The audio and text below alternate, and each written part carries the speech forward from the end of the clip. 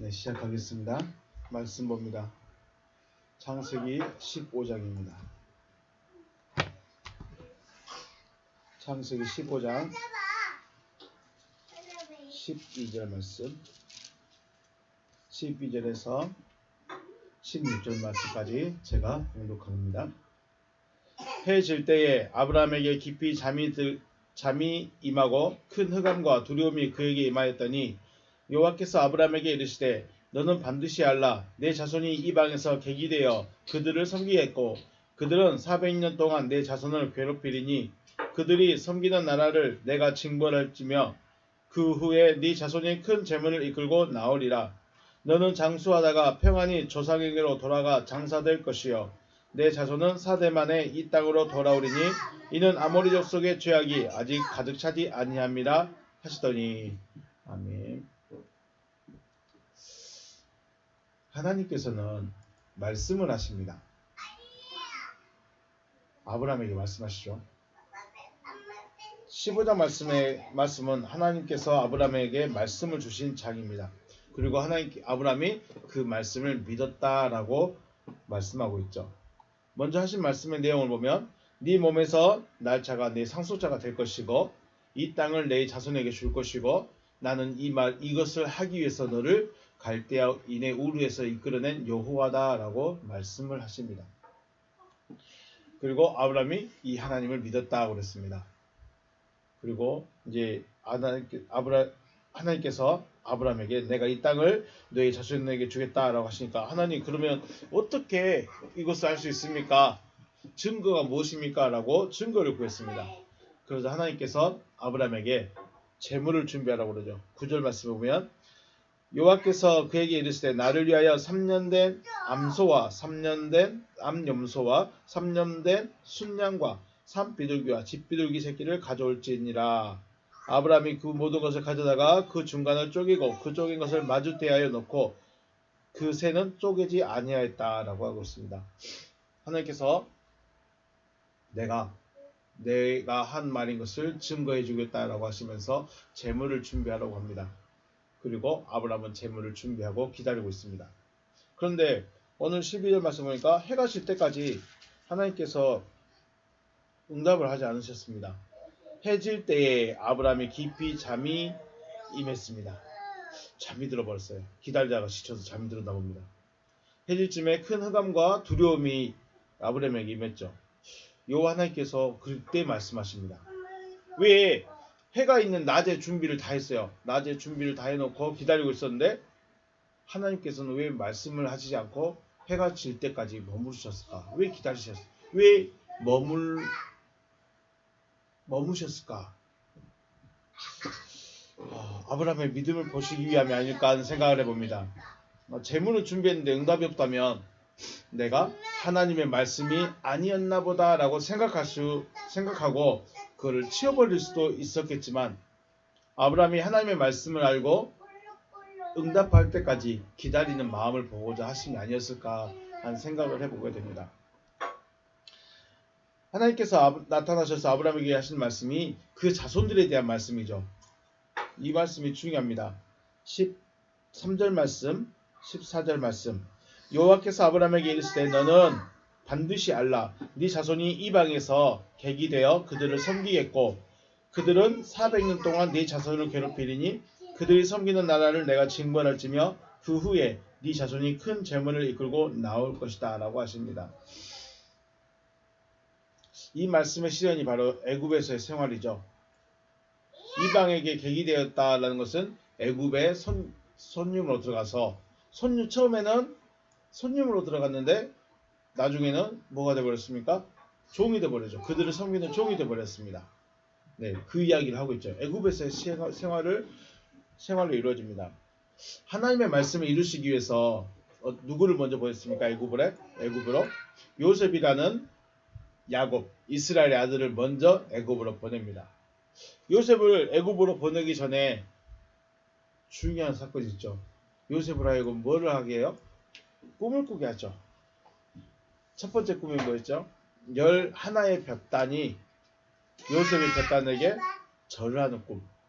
그리고 두 번째 꿈은 해와 달과 11별이 자기에게 절을 하는 꿈을 꾸게 하십니다. 이런 꿈을 어떻게 이해해야 될까요? 일단 요셉이 애굽으로 가게 되었을 때 환송을 했는가요? 환영했는가요? 애굽에서? 아니면 이스라엘 가족이 야 요셉아 먼저 가 있거라 이러면서 환송을 해줬을까요? 아니죠. 하나님께서 예비하신 그 길을 가는데 뭘 어떻게 갔어요? 노예로 팔려갔어요. 노예로. 하나님께서 요셉을 먼저 보낼 건데 어떻게 보냈다고요? 노예로 보냈어요. 이 모습은 마치 앞으로 이스라엘 자손이 애굽에서 어떤 모습으로 살 것이다? 노예로 살 것이다 라는 것을 보여주는 그런 모습과도 같습니다. 처음에는 이스라엘 백성들을 환영했지만 나중에는 죽지 못해 사는 노예 모습이 됐죠. 자, 오늘 이 말씀을 하실 때 하나님께서 아브라함에게 말씀하실 때 아브라함의 나이가 몇 세가 됐냐면 85세 정도 됩니다. 85세. 그리고 요셉이 총리가 몇 살에 총리 되죠? 30세에 총리가 되죠. 그러면 아브라함에게 말씀하신 오늘 창세기 15장 13절 14절 이 말씀하실 때부터 시작해서 요셉이 애굽의 총리가 될 때까지 몇 년이 있었을까요? 30년이요? 300년이 걸립니다. 300년. 그리고 이제 애굽으로 내려가는 기간이 여기서 뭐 10년 정도 더 걸립니다. 쉽게 말해서 하나님은 아브라함에게 언제 있을 일을 미리 말씀해 주신 거예요? 300년 뒤에 일어날 일을 미리 말씀을 해 주셨어요. 그리고 중요한 거, 그 말씀이 이루어졌어요? 안 이루어졌어요? 그게 중요한 거예요. 우리가 하나님의 하나님이 가장 위대한 이유는 뭐냐면 지금 말씀하신 것을 말씀하신 것을 어떻게 하신다? 반드시 이루신다. 왜 하나님의 능력이 하나님이에요? 말씀하신 것은 이룰 수 있는 분이기 때문에 능력이 하나님인 거예요. 믿을 수 있다는 말이 무슨 말이에요? 그 하신 말씀대로 이루실 것을 알기 때문에 믿을 만한 하나님이란 거예요. 하나님이 왜 가장 중요해요? 하나님의 가장 큰 능력이 뭐예요? 보면 능력이 하나님이에요. 왜 능력이 하나님이라고 했죠? 말씀하신 대로 이루실 수 있는 분. 왜 신실하신 하나님이시죠? 말씀하신 대로 하시는 분. 그래서 하나님은 능력이 하나님이시고 하나님은 믿을 만한 신실하신 하나님이신 것이죠. 하나님께서 이스라엘의 가족을 구원하시기 위해서 장자권을 가진 유다를 애굽으로 보낼 수도 있잖아요. 지금 원래 야곱에게는 아들이 몇 명인지 하면 11명, 12명이 아들이 있죠. 그 중에 첫 번째 아들이 루벤, 그 다음에 레위, 시몬이 있어요. 그 다음에 유다가 있어요. 루벤은 잘못해서 장자권이 박탈됐어요. 레위와 시몬은 사람들을 많이 죽여서 장자권이 또 박탈됐어요. 그러면 장자권이 네 번째 아들 누구에게 가요? 유다에게 가요. 왜 이스라엘 백성들을 유다 민족이라고 하는지 알아요? 바로 이 유다의 후손들이기 때문에요. 장자권의 후손은 여기 있어요. 만약에 루벤이 실수가 없었다면, 잘못이 없었다면 루벤족이 됐겠죠. 유다 족속이 아니라 루벤 족속. 근데 루벤도 레위도 시몬도 다 잘못을 해서 장자권이 뺏겨버렸어요. 우리 누구처럼? 에서처럼 장자권을 뺏겨버린 자들이에요. 그래서 유다에게 넘어갔어요. 그러면 장자가 복을 받을 거니까 장자를 먼저 보낼 수도 있잖아요. 장자를 애굽으로 보내서 애굽의 총리를 하면 야 내가 이렇게 했다 하고 할 수 있는데 왜 가장 막내 나이 들어서 낳게 된 요셉을 보냈을까? 왜 소년 요셉을 보냈을까요? 이때가 20살 안돼 17살, 18살 정도 됐을 때예요. 그때 보냈어요. 근데 재밌는 건 성경에서 왜 요셉을 보내셨는지에는 말씀하시지 않으셔요. 왜 요셉을 택했다, 왜 요셉을 먼저 보냈다 이런 말씀은 없어요. 근데 생각해보면 야곱이 사랑하는 아내가 있었어요. 야곱에게 아내가 몇 명 있었죠? 4명. 4명이나 있었어요. 그래요.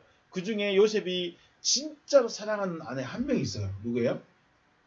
라헬. 라헬이에요. 라헬의 언니가 누구예요? 레아. 야곱이 가장 사랑한, 야곱이 결혼하고 싶었던 여자가 라헬이었어요. 그 라헬의 첫 번째 아들이 요셉이에요. 라헬은 아기를 못 낳았어요. 늦게 낳았어요. 그러니까 언니와 몸종 두 명은 아이를 금방금방 낳았는데, 라헬은 우리 누구죠? 리브가처럼 또 혹은 사라처럼 아이를 못 낳았어요. 근데 하나님이 마지막에 내가 낳게 해줄게 해서 낳은 자가 요셉이에요. 그렇기 때문에 다른 아들도 사랑하겠지만 우리 요셉을 어떻게 했어요? 채색옷도 짚어주고, 농사했어 안 했어요? 양치로 가라고 했어 안 했어요? 양치로도 안 보냈죠. 넌 집에만 있어라, 넌 공부만 해라, 넌 채색옷만 입어라 그랬죠. 요셉을 더 사랑했어요. 자, 그리고 그렇기 때문에 보냈을 수도 있고 또 다른 이유가 있어요. 자, 야곱이 가나안에 밧다나라면서 외삼촌 라반의 집에서 나와서 가나안에 들어왔어요. 그때 아들들은 루벤부터 시작해서 요셉 위에까지는 나이가 많았어요. 누구만 소년이었어요? 요셉만 소년이었어요. 즉 장성한 아들 중에 하나를 애굽으로 보내면, 애굽으로 보내서 총리로 세우면 총리가 될 때쯤 어떻게 될까요? 자, 요셉은 지금 총리가 몇 살에 됐어요? 30세 됐어요. 그러면 이제 한참 젊은 때 총리가 된 거예요. 그런데 가장 나이 많은 루벤 형이 20년 차이 나요. 50살이에요. 그러면 옛날 사람들은 언제 죽을지를 몰라. 물론 야곱은 130살, 140까지 살았지만 루벤이 언제 죽을지 몰라. 쉽게 말해서 50살 넘어가면 이제 그만 죽겠다 하는 그런 나이가 되는 거예요. 죽으려고 이제 하나님께서 이스라엘 백성들을 옮겨야 되는데 총리가 된 루벤이 총리가 돼가지고 죽어버렸어. 그럼 될까요, 안 될까요? 안 되겠죠. 그래서 그런 이유로 요셉을 보내지 않았나 하는 생각을 합니다. 요셉 위에 있는 형들은 나이가 많아서 애굽에서 총리가 되면 다 더 늙어버려. 그래서 정작 필요할 때 못 쓸 수도 있다는 거죠. 그래서 소년 요셉을 구원자로 세우시고 꿈을 꾸게 하셨고, 요셉을 애굽으로 보내지 않았나 하는 생각을 해보게 됩니다. 야곱, 이스라엘 가족의 애굽의 이주는 몇 년 전에 말씀하신 거예요? 300년 전에 하나님께서 아브라함에게 하신 말씀이 이루어졌음을 보여주는 거예요. 단순히 갓대가 아닌 분이다. 단순히 힘들어서 가난해서 요셉이 거기 있어서 갓대가 아니고 누가 계획하신 거예요? 하나님께서 300년 전에 계획한 일이에요. 300년 전에 계획하신 일이 이루어졌음을 보여주신 것입니다. 하나님의 능력은 말씀하신 대로 이루실 수 있는 하나님이시다. 하나님이 왜 능력의 하나님이시다? 말씀하신 대로 이룰 수 있는 분이기 때문에 능력의 하나님이시다. 왜 하나님이 믿을 만한 하나님이신가요? 말씀하신 대로 이루시기 때문에 믿을 만한 하나님이시라는 것이죠. 자, 그렇다면 저와 여러분 어떻게 될까요? 저와 여러분에게 하나님의 어떤 말씀이 있는가 우리는 찾아봐야 돼요. 내 안에 어떤 말씀을 가지고 있고, 내가 어떤 말씀을 믿고 있고, 내가 어떤 말씀을 붙잡고 있는가. 이걸 붙잡고 있어야 하나님께서 나에게 그 말씀대로 일해 줄 수 있다는 거예요. 하나님께서 말씀하시지 않으면 그 어떤 일도 없다. 지난번에 계속 말씀하죠. 밭에 씨를 뿌려야 뭐가 나오겠죠. 씨도 뿌리지 않았는데, 콩도 안 뿌렸는데 콩이 나오길 기대하면 될까요, 안 될까요? 밭에 씨를 뿌리지 않았어. 근데 깨가 나오길 기다리고 있어. 나와요, 안 나와요? 안 나와요. 하나님의 말씀은 뭐다? 씨와 같다고 그랬죠. 그래서 내 안에 하나님의 어떤 말씀이 있는가를 찾아봐야 돼요. 그리고 여기서 가장 우리가 중요하게 생각해야 할 것은 이스라엘 백성들이 어디서 살았어요? 애굽에서 살았어요.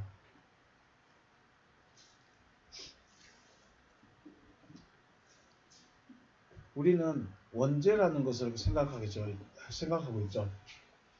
그런데 그러면 하나님께서 이스라엘 백성들을 원래 죄인의 길에다 넣어버렸네요. 하나님이 죄인 되게 하셨네요. 하나님이 애굽으로 보내서 애굽의 종을 삼고 애굽을 섬기게 만들었으니까 하나님이 죄인으로 만들어버렸네요. 죄인으로 만들었다가 야 내가 너희를 구원해줄게. 지금 하나님이 이렇게 만든 거예요. 이렇게 되겠다는 거예요. 지금. 왜 하나님께서 이렇게 하셨을까요? 왜 우리로 하여금 아담이 죄인 되게 해가지고 구원하길 원하셨을까요? 하나님을 알게 하기 위해서입니다. 이스라엘 백성들이 야곱을 비롯해서 그 밑에 후손들은 하나님을 얼마나 알고 있을까요? 하나님을 잘 몰라요. 물론 자기의 조상 아브라함과 이삭의 하나님인 건 알겠는데 그 하나님이 어떠한 하나님이신지, 무엇을 할 수 있는 하나님이신지, 무엇을 하기를 원하신 하나님이신지를 잘 모른다는 거죠. 그래서 애굽에서 민족을 이루게 하셨고 그 말씀하신 대로 이루기 위해서 애굽을 보냈다. 그래서 실상으로는 우리는 원죄라는 부분은 우리는 생각하지 않아야 되는 부분이 있다. 자, 하나님께서 말씀하신 대로 이루어지시는 것을 볼 수 있는 여러분과 제가 되어주시길 주님의 이름으로 축복합니다. 여러분의 마음속에 있는 그 말씀, 여러분이 믿고 있는 그 말씀대로 이루어져서 열매로 나타날 수 있는 귀한 역사가 여러분 삶에 있으시기를 다시 한번 주님의 이름으로 축복합니다. 오늘 여기서 마치겠습니다. 수고하셨습니다.